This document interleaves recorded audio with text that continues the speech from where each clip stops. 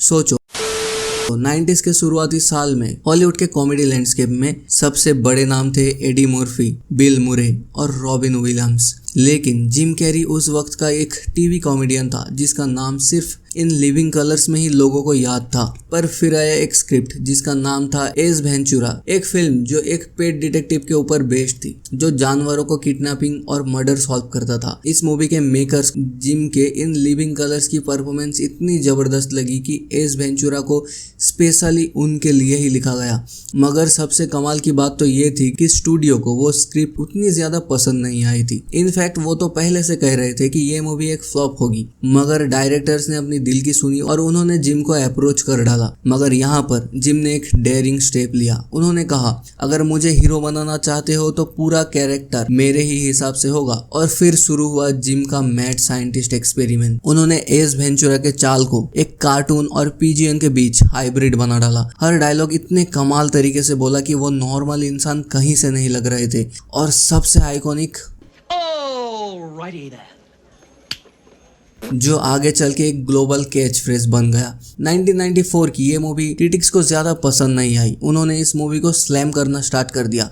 उनके हिसाब से ये मूवी ओवर एक्टिंग थी और बहुत चाइल्डिश थी। लेकिन ऑडियंस पर तो जिम का पागलपन इस कदर छा गया कि थिएटर्स में लोग चीख चीख कर हंस रहे थे। मूवी ने बॉक्स ऑफिस पर 15 मिलियन के बजट पर $107 मिलियन कमा लिया। एस वेंचुरा के बावजूद भी इंडस्ट्री में जिम को लोग सीरियसली नहीं ले रहे थे। सब लोगों को लग रहा था कि वो बस एक कार्टून कैरेक्टर कॉमेडियन है जिसका कैरियर एक दो फिल्म के बाद ठंडा पड़ ही जाएगा। लेकिन फिर आया एक रोल जो जिम को हमेशा के लिए अलग बना दिया। वो मूवी थी हम सब की फेवरेट द मास्क, एक कॉमेडी बुक जिसमें एक ऑर्डिनरी आदमी एक मैजिकल मास्क पहनता है और बन जाता है green faced over the top physique define creature. Studio को ये रोल कार्टूनिस्ट चाहिए था और जिम से बेहतर ये रोल ना कोई कर सकता था, ना कोई कर सकता है और ना कोई कर पाएगा। फिल्म में ज्यादा बजट VFX पे खर्च हुआ, लेकिन जिम ने अपने एक्सप्रेशन को इतना स्ट्रेच किया कि VFX आर्टिस्ट ने भी कह दिया था कि हमें इस आदमी के फेस पे कुछ चेंज करने की जरूरत ही नहीं पड़ी। यहाँ तक कि डायरेक्टर्स ने भी जिम को खुले हाथ रख दिया था। स्क्रिप्ट को रखो किनारे, तुम बस जाओ और जो मन करे करो। और इसी मन करे से बना डायलॉग जैसे कि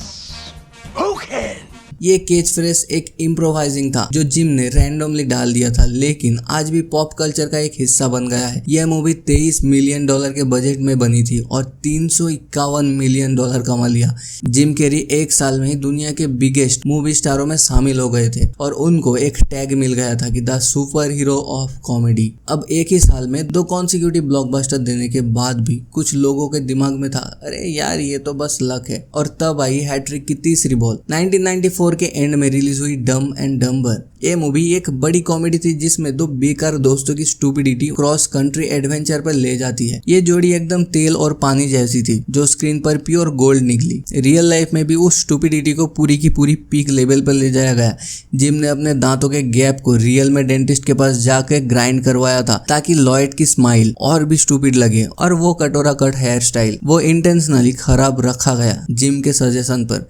मूवी ने 17 मिलियन के बजट पर 247 मिलियन कमाए और जिम को मिले 3 बैक टू बैक ब्लॉकबस्टर एक ही साल में। 1994 खत्म होते होते जिम कैरी दुनिया के सबसे ज्यादा डिमांड वाले एक्टर बन गए थे और जिम ने हर प्रोड्यूसर को दिखा दिया कि कॉमेडी भी बॉक्स ऑफिस तोड़ सकती है। लेकिन सबसे बड़ा धमाका हुआ 1996 में जब हॉलीवुड ने एक नया रिकॉर्ड बनते हुए देखा। जिम कैरी को द केबल गाय के लिए 20 मिलियन फीस मिली। पहली बार किसी एक्टर को इतना पैसा मिला। याद है ना वो 10 मिलियन वाला चेक, वो अब 20 मिलियन में तब्दील हो चुका था। And this is called law of attraction. लेकिन इस मूवी के साथ कुछ डिफरेंट था। ये कोई कैजुअल जिम कैरी कॉमेडी नहीं थी, ये एक डार्क कॉमेडी थी जिसमें जिम एक ऑब्सेसिव थोड़ा क्रीपी केबल इंस्टॉलर बना। हालांकि मूवी ना तो फ्लॉप हुई ना ही ब्लॉकबस्टर, लेकिन मेरे हिसाब से ये मूवी अपने वक्त से काफी आगे थी। फिर आता है 1997। जिम एकदम अपने पुराने जोन में वापस आ गया with the movie liar liar. Concept simple था, एक लॉयर जिसकी 24 घंटे के लिए झूठ बोलने बोलने की कैपेसिटी खत्म हो जाती है। And this is one of my favourite film. और ये कॉन्सेप्ट तो जिम के लिए एकदम टेलर मेड था। कोर्ट रूम में उनका बॉडी लैंग्वेज, उनका रबर फेस और ट्रूथ का ब्लास्ट सीन ऑडियंस के लिए कॉमेडी गोल्ड बन गए। मूवी ने बॉक्स ऑफिस पर शानदार परफॉर्मेंस दी और क्रिटिक्स ने भी जिम की खुल के तारीफ की, यहाँ तक कि जिम को गोल्डन ग्लोब नॉमिनेशन भी मिला। तो जिम ने एक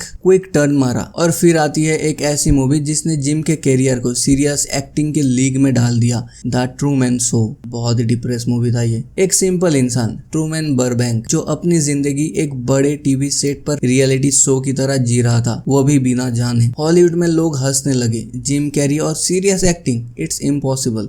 लेकिन फिल्म रिलीज होते ही सब स्टंट रह गए। अगर आप लोगों ने ये मूवी नहीं देखा तो जिंदगी में एक बार जरूर देख लेना। जिम ने ट्रूमैन की इनोसेंस, उसका पेन और उसकी एवॉकिंग इतनी सिंसियरली के साथ दिखाया कि क्रिटिक्स को मानना पड़ा कि this man can truly act. इस मूवी के लिए जिम को गोल्डन ग्लोब अवार्ड्स में बेस्ट एक्टर इन ड्रामा मिला। पर दिस सैड पार्ट तो ये थी कि ऑस्कर्स ने इग्नोर कर दिया।